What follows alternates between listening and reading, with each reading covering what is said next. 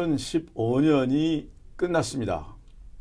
이제 사람들의 관심은 금년 총선이 어떻게 될 것인지, 그리고 그 이후에 현 대통령과 미래 권력과의 관계는 어떻게 될 것인지 관심이 점점 커가고 있습니다. 오늘은 이 문제에 대해서 김형준 교수 그리고 김진호 선임기자 두 분을 모시고 의견을 나눠보도록 하겠습니다. 먼저 야당 상황이 이게 상당히 정치 현장에서 아주 유동적인데요. 어떻게 보시는지 먼저 김 교수님 말씀해 주시겠어요? 일단 현 상황은 96년도 정치 상황과 거의 유사한 상황으로 보이고 있습니다. 96년도 상황을 잠깐 설명을 드리면요. 당시 신한국당이라고 하는 여당이 민자당을 해체하고 당명을 바꿔서 이제 신한국당이 탄생됐고요. 그 과정 속에서 대대적인 인물을 영입을 합니다. 뭐 김문수, 이재호 포함해서 홍준표 등 많은 인물을 영입을 하게 되고요. 거기에 맞서서 야당이 실은 95년도 9월 달에 정계 복귀한 김대중 총재가 당시에 민주당을 깨고 나가서 당을 하나 만드는데 그게 새정치국민회의입니다. 자연스럽게 96년도는 일여다야 체제로 총선을 치르게 됐고요. 그 결과는 야당이 엄밀하게 따지면은 실패하지는 않았지만 결국 10표로 인정할 수밖에 없게끔 되는 96석이 걸려있는 수도권에서 당시 집권 여당이었던 신한국당이 54석을 가져가면서 약 57%의 득표로 수도권에서 압승하는 선거의 결과를 가져옵니다. 다시 얘기해서 여권은 야당의 분열로 인해서 아주 굉장히 큰 프리미엄을 받고요. 그런 상황이 지금 똑같이 야권에서 지금 전개되고 있다고 저는 봅니다. 저도 그 의견에 동의를 합니다. 특히 그보다도 올 2016년 그러니까 96년부터 한 20년 뒤에 치러지는 내년 선거는 지금 새누리당 그리고 새정치민주연합 그리고 이제 안철수 의원의 신당이 태동을 하게 될 것 같은데 그러면 1여대 최소한 2여입니다. 그리고 정의당의 3야가 되는데 1여의 2, 3야가 될 경우에는 수도권에서 아마 상당히 야권이 공경에 처하지 않을까 이런 전망은 일반적으로 해볼 수가 있는 겁니다. 거기다가 우리 국민들의 지금 투표 성향 그리고 96년보다 20년이 지난 내년도에 이 고령화된 현실 그리고 투표자 수가 훨씬 더 연령이 많아진다는 것 그리고 경제 위기에 직면한 또 선거라는 것 등을 고려해 볼 때 일반적으로 여당보다는 야당에게 불리한 선거 국면이 전개되지 않을까 이런 전망을 해볼 수가 있겠습니다. 지난번에 DJ 같이 아주 강력한 야당이 있었음에도 불구하고 고전을 했는데 지금 야당은 안철수 의원이 나와서 이제 신당을 차린다. 그리고 기존 이 문재인 대표가 이끄는 새정치연합 이것도 지금 상당히 내부적으로 약한 모습을 보이고 있고 이렇게 되면 약한 데다가 분열이 된 야당. 대한민국 정치판에서 분석해 볼 때 분열한 당이 진다는 것은 거의 명확관한 진리였습니다. 그리고 지금 김 교수님 말씀하신 것처럼 내년 선거에서 야당은 분열되고 여당은 단일화될 경우 여당이 압승할 거다라는 게 일반적으로 이제 그렇게 말을 할 수 있는데 단 야당의 안철수 의원이 지금 당 밖으로 나와서 신당을 창당하고 오늘 창당 구상을 밝히면서 문재인 대표의 새정치민주연합과는 합당을 하지 않겠다. 그리고 같이 연대를 모색하지 않겠다고까지 이제 선을 그어버렸단 말이에요. 그러면 당을 만들어서 그야말로 국민이 원하는 중도통합 개혁정당을 제대로 만드느냐. 거기에 대한 관건은 지금 말씀하신 것처럼 인물론입니다. 얼마나 많은 그에 맞는 새로운 인물들이 안철수 의원이 주도하는 신당에 참여해서 그야말로 대한민국의 양당의 패권적 질서를 깨느냐는 건데 그럴 만한 힘이 과연 있을까에 대한 회의적인 시각이 여의도에 사실 상당합니다. 또 새누리당이 안철수 의원이 탈당하고 나니까 지지율이 빠지는 경향을 보이자 새누리당이 지금 벌써 집안 난속에 나서고 새로운 이제 구상을 지금 모색하고 있거든요. 김무성 대표가 이제 이름 있는 명망 있는 정치 지망생들이 험지 출마 다시 말해서 수도권으로 올라와야 된다는 얘기를 했거든요. 물론 원주철 정책위원장도 그런 말 했고요.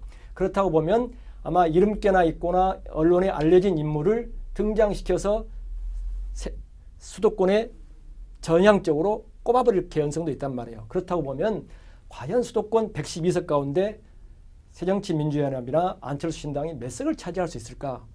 일반적으로는 회의적인 시각이 지금 지배적입니다. 결국 여당이 총선에서 압도적으로 이길 수 있다. 단 여권 분열이 이제 변수다. 지금 그런 말씀하시죠. 여권 분열 플러스요. 정치라는 거는 굉장히 그 가능성을 중심으로 해서 움직이는 게임 아니겠습니까? 지금 굉장히 회의적이라고 말씀을 하셨는데 동의를 하면서도 한편으로 안철수 의원이 탈당을 하면서 이런 얘기를 했어요. 정권 교체를 위해서라면 내가 할 수 있는 거는 다 하겠다 그랬어요. 그 말이 무슨 말이냐면 안철수 의원은 좀 선택해야 되는데 자신이 정당을 만들고 정권 교체를 할 때 안철수를 위해서 안철수가 중심이 된 정권 교체라고 하는 순간은 실패합니다. 끝나는 거죠. 다만 안철수 의원이 좀 더 큰 틀 속에서 미래를 바라보면서 새로운 인물을 영대하는데 그 핵심적인 인물은 두 명입니다. 결국은 중도개혁통합신당으로서의 의미를 가질 수 있는 손학규, 정운찬, 그래서 표현대로 하면 손안정 연대가 만들어지면 상황은 달라집니다. 그것이 결국은 이루어질 거냐 이루어지지 않을 거냐라는 것이 관건이지만 손학규, 안철수, 정운찬 이렇게 해서 중도개혁통합신당이 만들어지면서 동시에 김한길을 포함해서 박지원 더 나아가서 천정배까지 끌어들이면 그 정당이 제1당이 된다고 저는 확신합니다. 야일당이 된다고 말이죠. 확실합니다. 그건 왜냐하면 결국은 그것은 문재인 그가 이끄는 새정치민주연합이 가서 선거에서 얻을 수 있는 지역이 없어져 버리는 거예요. 그게 지금 교수님 말씀이 일리가 있으신 게 안철수 의원이 그 탈당을 선언할 당시에 바로 직후에 안철수 의원 진영에 제가 이제 취재를 좀 해봤습니다. 그랬더니 어떤 그림을 그리고 있냐면 이렇게 얘기합니다. 안철수 의원 플러스 새누리당의 유승민 그리고 정운찬, 박영선 그리고 마지막에 손학규 이제 전 통합민주당 대표를 얘기하는데 지금 김 교수님 말씀하신 것처럼 그런 그림을 그리고 이제 그리고 마지막에 호남에 지금 이제 그 뉴 키즈를 키우겠다고 신당 창당을 주도하고 있는 천정비 의원이나 그리고 박지원 의원이 힘을 보태준다면 거기에 가세한 다음에 그야말로 명실상부한 야당의 원 그림이 원래 야당 모습을 띠게 되고 문재인 대표의 새정치민주연합은 그야말로 486과 친문 성향에 좀 현명해진 당이 돼버리지 않을까. 그렇다 하더라도 그렇죠. 그렇다 하더라도 야당은 야당 아니에요. 근데 그렇게 될 경우에는요, 어떤 이제 선거라는 거는 이제 크게 네 가지 요인에서 움직여집니다. 하나는 구도, 지금까지 구도를 얘기하지 않습니까? 두 번째는 이슈, 세 번째가 인물이고 마지막 네 번째가 바람입니다. 그래서 결국은 이제 지금 얘기한 시나리오대로 된다고 한다면 그거는 엄청난 바람이 불 수밖에 없어요. 다시 얘기해서 호남을 중심으로 해서 수도권에서 새로운 인물들이 결국은 새로운 신당으로 갈 수밖에 없는 상황이 되게 되면 제가 볼 때는 엄밀하게 따지면 굉장한 발언, 다만 전제 조건이 있습니다. 두 가지 전제 조건이 있는데 하나는 아까 말씀드린 것처럼 안철수가 2017년 대통령 선거에서 자기가 대통령이 되겠다는 마음을 버려야 된다.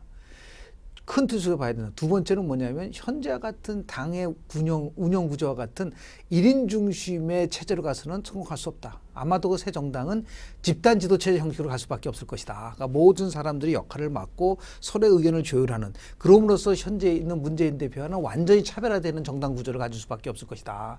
그 두 가지 조건 중에 첫 번째 조건이 뭐냐면 왜 손학규 전 대표가 참여를 할 수밖에 없느냐. 단순하게 뭐 예를 들어 중도개혁통합신당이라는 걸 만들기 때문에 참여한다는 건 명분이 약하고요.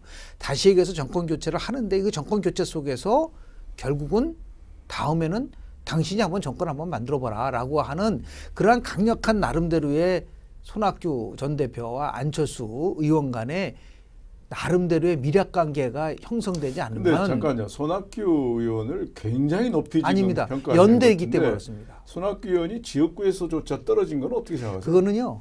예를 들어 그때 상황이라는 게 그렇다 하더라도 결국은 선거는 정치는 연대입니다. 그러니까 한 사람의 힘으로 하지 못할 경우는 여러 명이 합쳐져서 할 수밖에 없는 상황인데요.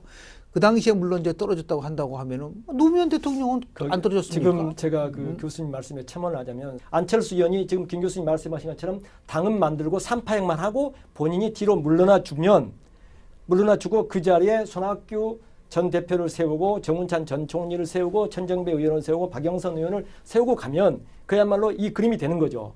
그렇다고 보면 거기에 새누리당에서 공천에 탈락하거나 새누리당에서 이탈하는 일부가 안철수 의원이 주도하는 신당으로 오고 야권의 인물들이 대거 새 인물들이 수도권에 포진하게 될 경우는 지금 김 교수님 말씀한 것처럼 선거에 파란이 일 수도 있다. 그게 결국 바람일 겁니다. 결국은 그 우리가 이제 세상을 볼 때 예. 바람직한 거하고 그렇습니다. 현실하고는 구분해야 된다고 보는데 제가 생각하기에 두 분 말씀은 아주 바람직한 희망, 영어로 wishful thinking이라 그러는데요.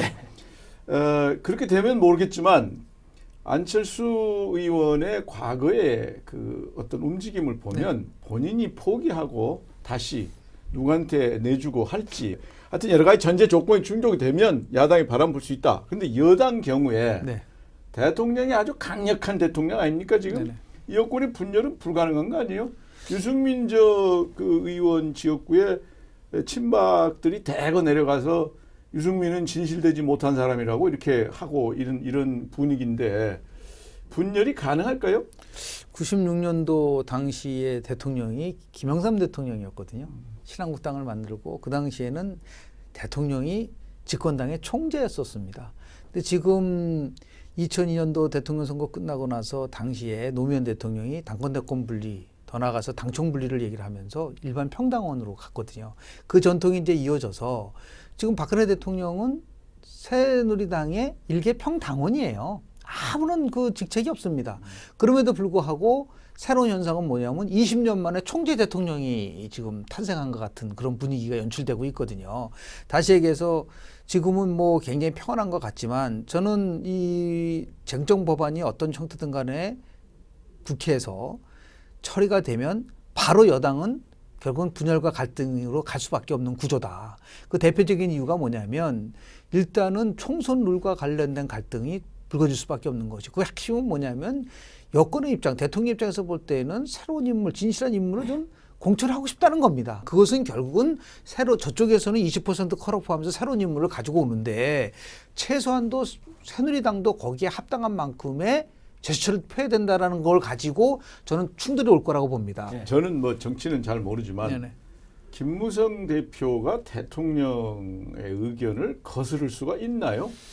근데 지금 이제까지는 이제 여러 가지의 상황에 따라서 자꾸만 회군 정치를 했던 건 사실이죠. 그러니까 대통령이 이제 무섭긴 무섭다. 그래서 대통령이 한 말대로 정말 무섭고 집요한 부지다란 말을 공공연하게 하지 않습니까? 그런데 이 공천과 관련된 문제는 조금 달라질 수밖에 없어요. 뭐냐면 어느 한쪽이 일방적으로 처리할 수 있는 부분이 없습니다. 김무성 대표 말씀하셨는데 김무성 대표는 지금 입에 달고 사는 말이 여권의 단합입니다. 어떠한 일이 있어도 단합해야 한다 이런 얘기를 하거든요.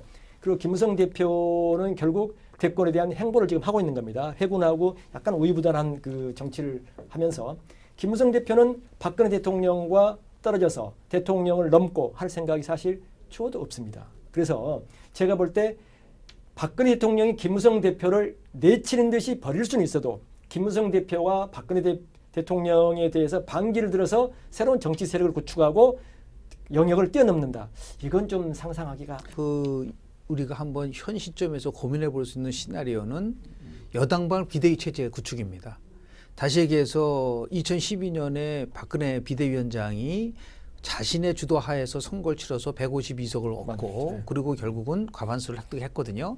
지금 새누리당은 약간 달라요. 새정치민주연합이라. 새정치민주연합은 대표 최고위원과 최고위원의 경선이 분리되어 있기 때문에 최고위원이 다 없어진다 하더라도 그 체제가 유지가 됩니다. 그러나 새누리당은 같이 함께 선발됐기 때문에 5명의 선출직 최고위원 중에서 예를 들어서 과반수 이상이 세표를 내면요. 3명만 그만두면 무너지게 돼 있습니다. 지금 김태호 최고, 서청원 최고, 그리고 이인재 최고가 어떤 결과든 간에 김무성 대표와 대립을 하면서 청와대의 무슨 예를 들어서 같이 협력을 했든 아니든 간에 공천 룰을 쓰고 반대를 하면서 사표를 내버리면 김무성 대표 체제는 무너집니다.